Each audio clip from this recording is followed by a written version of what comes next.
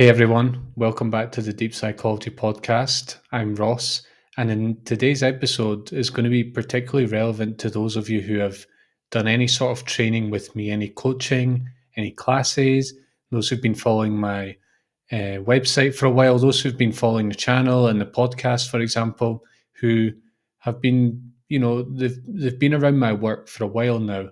This one is particularly relevant to you. Although, if you're here for the first time, welcome. And you're joining at a very interesting moment in deep psychology. Today, I'm basically just going to share my new vision for deep psychology, um, my new vision for all the work I do, everything. This is like a new system that I've come up with to recontextualize all of my work, to flesh it out, to integrate it more, to make it more complete. And that's what I'm going to share with you today.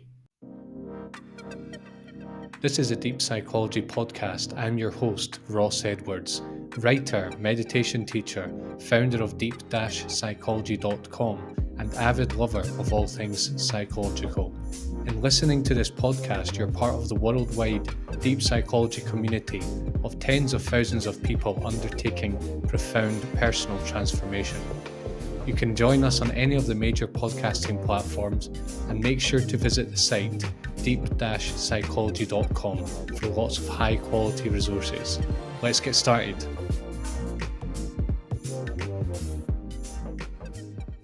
So, where did this come from? Where did this shift come from? Well, I'm always evaluating my work. I'm always evaluating my work on quite a low level in terms of the quality of an individual article, an individual episode, and so on. I do a lot of research into these things.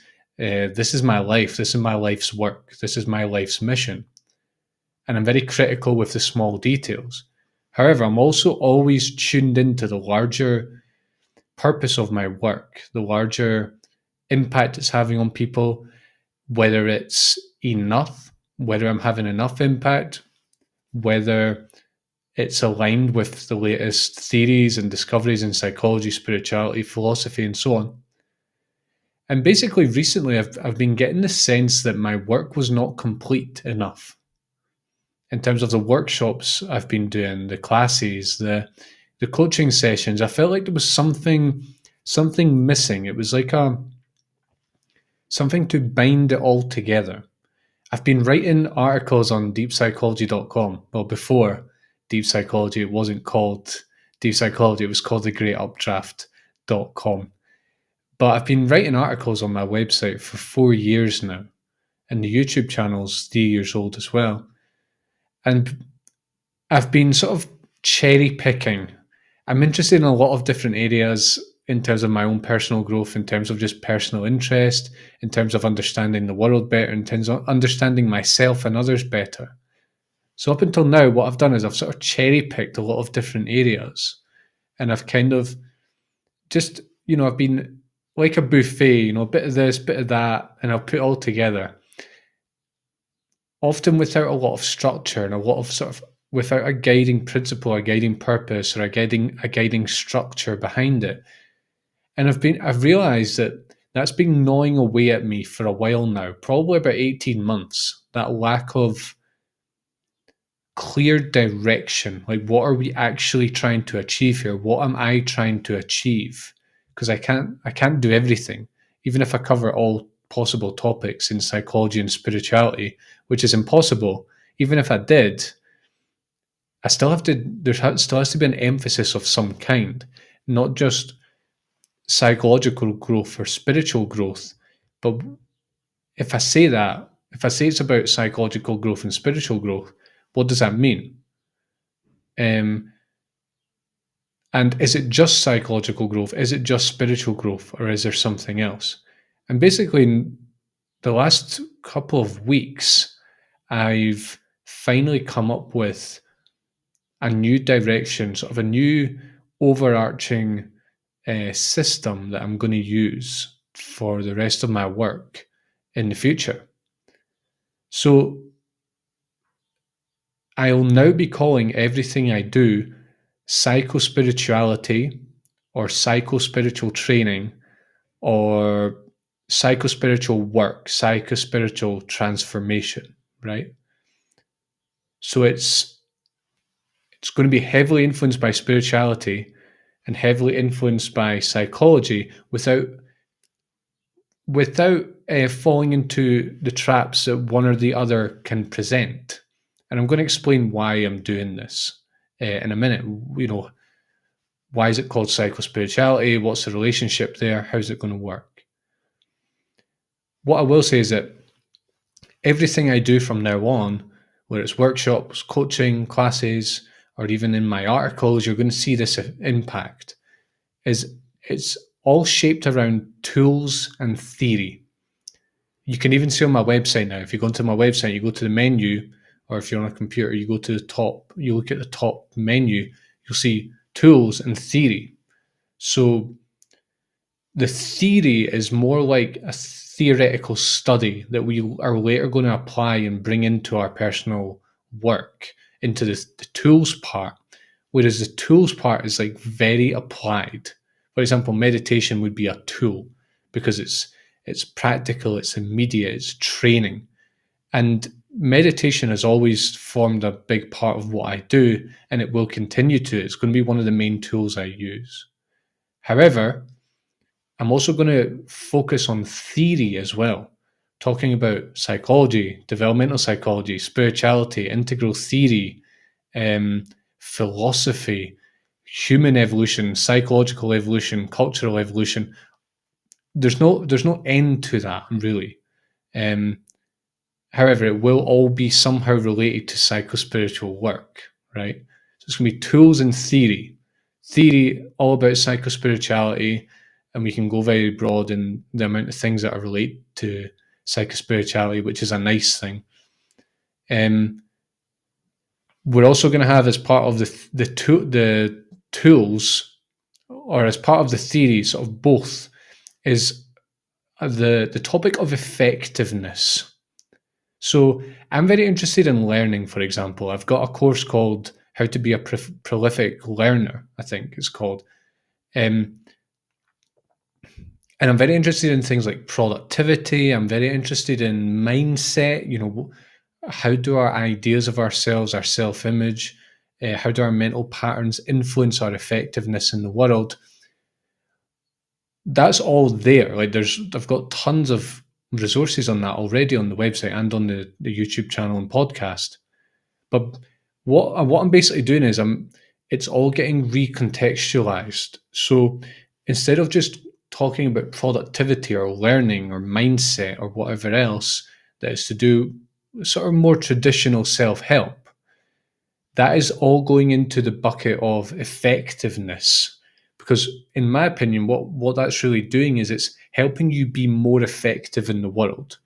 It's not directly going to help you with your psychospiritual work or your psychospiritual understanding. It will help, but it's not directly involved, and usually it's not included at all, which we're going to talk about in a minute. But it's not just like it's actually part of a structure now, whereas before it just there was no overall defining um, logic to what I was doing, and that the same goes for the productivity and the learning articles that I've written. They were just there without, you know, you're talking about meditation, you're talking about spirituality, you're talking about all this deep stuff. But how's that got to do anything with productivity? Well, now you're going to understand why, because it's from the psychospiritual perspective, it's about how do you be more effective in the world as a human being, living as a human being. Even as a person that has deep spiritual understanding, you still need this. And that takes us into the next mini section of this talk, which is why psychospiritual. So I'm going to use this term a lot. It's in my YouTube description, it's in my podcast description, it's on the main. It's in the first sentence you'll see on the homepage of my website, Psychospirituality or Psychospiritual. So why is it psychospiritual? Let's talk about the spiritual aspect of it first, right? So One way to look at spirituality is that it's our highest potential. When I say spirituality, I do not mean belief based spirituality, believing every word the Bible says or the Quran or any form of traditional religion.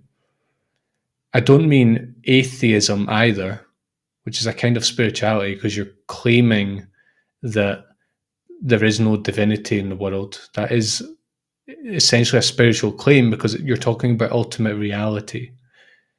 It's not that. And it's also not just like yoga and, good vibes and meditating now and then. When I'm talking about spirituality being our highest potential, what I mean is experiential spirituality. And what this means is direct contact with our truest nature, who we really are. And when we have that, you realize that your own truest nature is that of others too, and that of the entire universe. Not only that, that genuine experiential spirituality is one of the defining features of all higher stages of human development. It's like our individual evolutionary calling and our collective evolutionary calling. It's like a magnet that's slowly drawing us over time upwards, both individually and collectively. And that's where we're all going. It's not that we're all going to make it. We might not make it to true like spiritual awareness in this life, but the potential is there, and that's where humanity overall is going. And also because, quite frankly, so it's not just that it's like the you could almost call it the raison d'être of human life is spirituality. And from one perspective, everything else is kind of a precursor to that in some way, from one perspective, right? It's not just that, which is quite a big thing, but it's also more fundamental than that. It's because spirituality is quite dead in the modern world. Traditional spirituality is pretty much dead in a lot of the most advanced countries, and the type of spirituality that dominates is really sort of postmodern spirituality, progressive spirituality, and that has a lot of problems, and it's not deep enough for me. Um, so it's I see this as playing a bigger role in humanity as what is the next form of spirituality that's going to appear, and that's what we're going to practice. So it's the spiritual part is, um, it's heavy, it's quite deep, it's quite fundamental, and we don't want to miss out. We also don't want to miss out because, quite honestly, a genuine embodied spiritual connection will change your life completely. And this is one of the hallmarks of genuine spiritual mystical experiences, that they're life changing. Um, and so, and speaking for myself, I can't imagine my life without having a spiritual connection. And the thought of it makes me feel sad, to be honest. So it's spirituality, but it's also it's psychospirituality, because just being spiritual is not really complete. You can have very deep spiritual embodied awareness, but it doesn't mean that you're equipped to be a human in this world. It doesn't mean that you understand the human condition. It doesn't mean you understand yourself. It doesn't mean you understand your shortcomings and your dark side. It doesn't mean you know how to learn. It doesn't mean you know how to be productive. It doesn't mean you know how to develop a vision and bring it into the world. It doesn't mean you understand philosophy, psychology. It doesn't mean you understand any of the major, the fantastic knowledge that we've accumulated as a species, right? So spirituality isn't complete, which is why we need psychospirituality.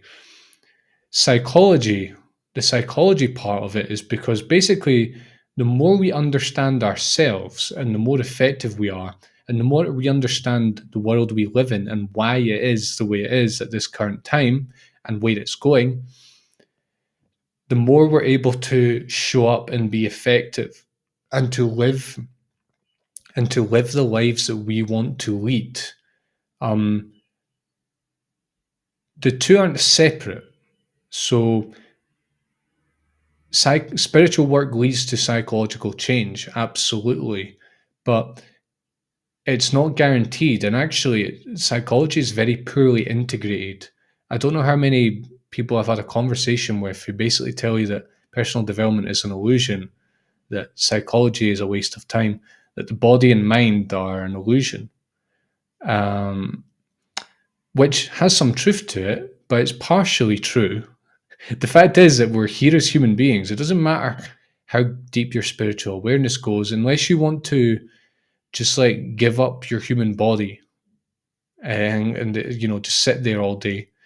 You're going to need psychological understanding. You're going to need philosophical understanding. You're going to need a whole slew of tools that a lot of spiritual traditions will not give you and simply will not talk about. So we're trying to understand the fullness of ourselves in a fundamental sense, which is a spiritual. That's the spiritual part of it. But on a more relative level, in terms of our human identity, we want to understand ourselves to the full as well, because we want to live full lives, don't we? Isn't that what we want? If we don't do that, then we're not going to live full lives, even if we're spiritually awakened. But it's also not just psychology, because without spiritual insight, in my opinion, psychology is very stale. It's very mechanistic. Um, it's too personal. It overemphasizes the human. It overemphasizes the human identity. It overemphasizes the importance of our mind in a funny sort of way.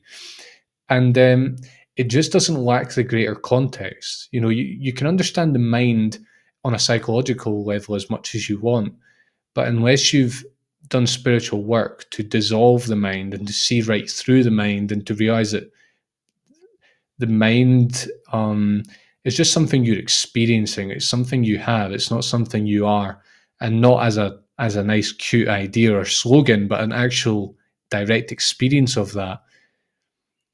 Psychology is very limiting. Personal development is very limiting when it's just about improving yourself, right? So it's psychospirituality, in my opinion, gives you a very solid balance between the two major axes of human growth and development. Um, each of which is also multifaceted, right? But having both is necessary. Um, and I've seen firsthand the effects of not having both, and it's really not pretty at all. So that's why we're doing psychospirituality, is because spirituality gives psychology an ultimate significance that psychology tends to lack. Um, but psychology grounds and refines spirituality, and it brings it down to earth. It brings it into embodied spirituality and embodied fullness and embodied happiness and satisfaction, rather than just direct spiritual awareness. So that is a very short summary of the backbone of the next evolution of deep psychology. Is it's not just going to be is still going to be spiritual psychological, but with a very clear intention now, which is to grow spiritually and psychology and have them inform one another, and use all of our understanding to lead a fuller life in all the possible dimensions we can. Um, and this is going to inform my work for the foreseeable future. And I feel very inspired and excited about this new evolution, this new phase of deep psychology, because I felt it lacked something. It lacked structure. It lacked purpose and power. I felt like I've pulled too many punches. I've not been very honest sometimes about the potential of this work. I've also not been honest necessarily about the difficulty of this work. I feel like it's been watered down a little bit because I haven't had that clarity. I haven't had that clarity. What exactly is my contribution with all of this stuff I'm doing? What is it? Well, this is what it is. It's psychospirituality. That's what it is. It's not just about personal development. There has to be a spiritual component there, right? So I'm really excited, and I hope that if you follow along with me in the website, the podcast, the YouTube channel, that you're gonna see this change in me. I can feel it happening. I can see it already influencing the work I do. So I'm really excited, and I hope that you will continue to join me. You'll join my classes and workshops. You might even do one-to-one coaching with me on psychospiritual work. And all of that is going to be informed by this new system, absolutely everything I do. So do subscribe, stick around, check out the other videos that I've got, tools and theory. I will be restructuring everything over the course of the next week, 2 weeks. And stick around. Next week, I'll be back with a more conventional episode, and we will be back on the topic of psychospiritual training per se. All right. Thank you. Take care, and I'll see you soon. Thanks for listening. If you liked this episode, please leave a review. And if you'd like to get in touch, you can email me at ross@deep-psychology.com. If you'd like to go deeper, head to deep-psychology.com for articles, courses, ebooks, and one-to-one coaching. Thanks for joining me, and I'll see you soon.